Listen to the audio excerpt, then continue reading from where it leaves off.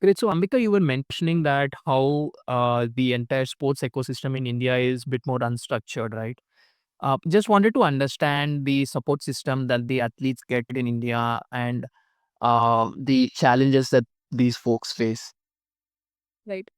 So I think the major issue with the sports system in India, at least, is apart from cricket, right, where BCCI is obviously a really rich league, and with IPL and everything, there's a very structured way for somebody to make it as a sports person. Even if you don't make it to the top 1%, right, where you're playing for India and you're a Kohli, you're a Virat Kohli or Rohit Sharma, you still can play Ranji and have a good career, right, which it's a pretty high level to be.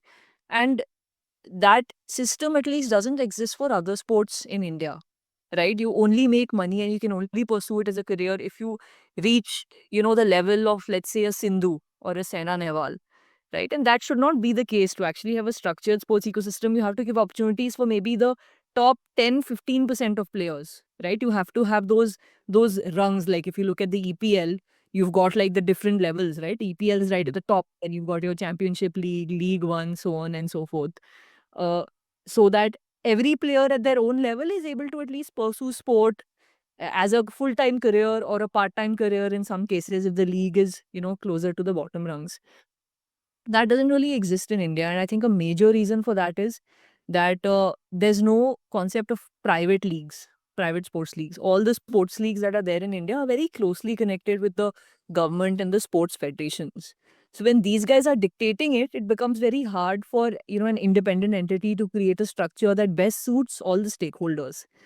I'll give you an example. I was at this company called Sports Live, and we had the rights to the Premier Badminton League, where we conceptualized and executed the league. So we got the rights from the Badminton Association of India. And then we would, sell the media rights to, let's say, a Star Sports. We'd sell the franchisees to team owners. We'd, get players onboarded, both Indian and international.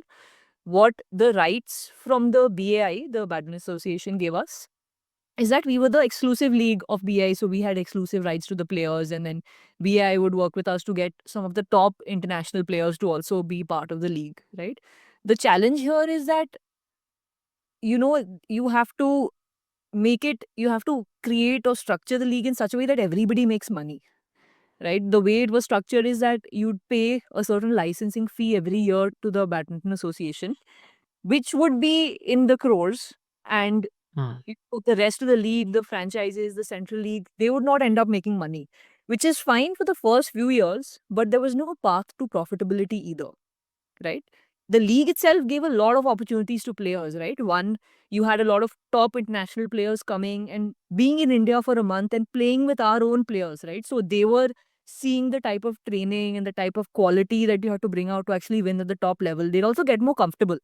There's a lot of intimidation at those top levels, but you are in the same team with that player, you're sort of traveling with them day in and day out, and that intimidation also reduces. You start seeing them and you say, hey, they're just another player. Also, in terms of the money these guys were getting, right, a lot of, at least the players, the upcoming players, the league was paying them 50-60 lakhs to play, like, maybe 7-8 matches over the course of 3 to 4 weeks. That's a big amount, and for a lot of players, this would actually enable them to, take care of their families so they could play with less stress, maybe hire another physio, hire a better trainer, do all of that stuff. So, and we were doing all that because we wanted to take care of the players, but a lot of private leagues are not able to really do that, because they don't have the funding, because it's so closely associated with the government. We tried raising money also, but the issue is a lot of folks who run these sports federations, right, also occupy very senior levels in the government, right? Somebody who is the president of, let's say, the boxing federation or the badminton federation or, snooker federation, whatever it is, will also be somebody who's a pretty big person in the Indian government. And Yeah. that means that when you raise money, right, you can't really commit and say, hey, I have these rights for for 10, 20 years. Everybody is looking for investment in sports, right? In India, internationally, you've got international players who put money into IPL teams. That's because IPL is more structured and it operates almost like a private league.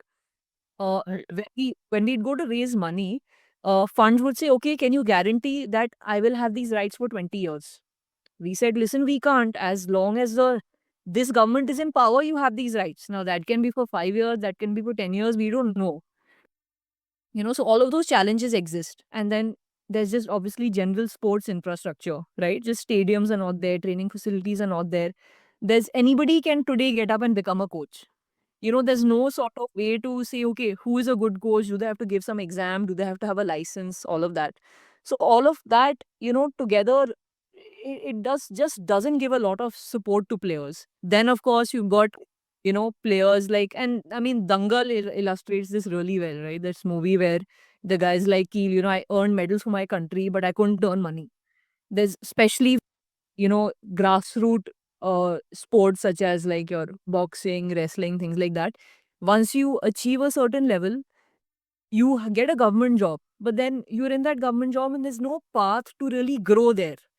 Alternatively, folks who've gone the academic route, and they will probably end up in 20 years doing better than you. So at some point, somebody's like, hey, I played sports, and you're not sort of giving me that value or, using the skill set that I have to actually be able to contribute. And that's something I think Gopi also said in one of the podcasts, right, which I resonated with, that, hey, listen, uh, it it it's you're better off just going the academic route, because then in 20 years you'll be able to actually reach that level of success that you may not get if you play sports and you fail at it, right? I think the concept of giving the failed sports person in India a safety net is not there. And that's where he says that, hey, you need to have, the funds, you need to have a family who's able to back you, so you can, leverage that if sports doesn't go the way you plan. And that's what happened for me, right? I had a family who supported me. So when tennis didn't work out, I did get the opportunity to go and work for 2-3 years and take that time to figure out what I wanted to do. I did get the opportunity to go to ISB. Nobody gave me an opportunity because I played sports. And this is something that it really infuriates me, because you see a lot of, top level CXOs who they come on podcasts and they say, yeah, we love to hire athletes and they have a lot to give, and there's this skill set and that skill set, but it doesn't translate to actual, hiring, the hiring process. So when I was applying for jobs when I came back to India as well, I was like, okay, I'm maybe a little behind in the academic piece, but I've played sports, and at least you see a lot of this, where people are like, yeah, yeah, we want to hire sports persons. That never moved the needle for me, ever. Hmm. Right. So, all of these things, somewhere, you can talk about it at the top level. It needs to translate both in corporate, in government as well. And that's how actually a lot more people get to sports. That's how you'll give people the support that they need, by saying that, hey, even if you fail, there's still a path to success. It's not that if you fail, then you just get this one job and then you stuck here. Sure. So you kind of agree with Gopi Chand that, only pursue sports as a career if you're rich. So you kind of agree with that statement, at least taking into account the current set of conditions. Yeah, yeah, for sure. Like, it's it's not more from I mean, I think the way he's meant it also is that ki, if you pursue it and you don't have the means or you don't have a safety net to fall back on, right, you'll end up regretting going the sports way. I think to avoid that regret, it's better if you go into academics. You can't really go and play for your country or put yourself out there and play with you know and put everything on the line, and always in the back of your head there's like, hey, what if I fail? Then there's no other option for me, or I'll just be stuck because there's no route for me to use this sports experience and actually add it to you know use it to maybe excel in another field. That system only is not set up in India today. I'd say it's way better structured in the US or Europe, right? People respect that. In India, there's still that respect is not there. So I mean, for sure, I think I definitely agree with him. And he's also saying it because he's training players day in and day out. He sees he sees what they go through when they're not making it and they're realizing, hey, what do I do now? And that's really a terrible space to be in. I mean, I went through it and I had, the backing of my family. I knew that, hey, if this doesn't work out, then I still can go the academic route. So yeah, it's very traumatic, I think, for a lot of sports players. And until that's not fixed, we're not going to be that that sports country and win medals at the Olympics, like, and compare ourselves to China and the US. We're never going to meet that level if we don't fix this structure right now. Yeah. And don't you think the situation is improving a bit or it's still the same? When you pursued your career as sportswomen, right? Comparing it now, you think the situation has changed?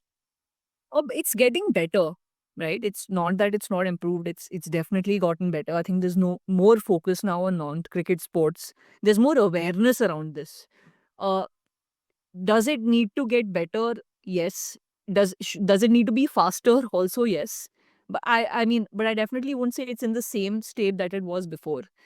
I still think though a lot of these things could move faster. For example, this concept of like private leagues, right? Or creating a system for folks who maybe didn't make it into sports, provide them a way into corporate at a systemic level, right? Not key personally. I took the effort and I took the initiative and I got into corporate after maybe not making it in sports.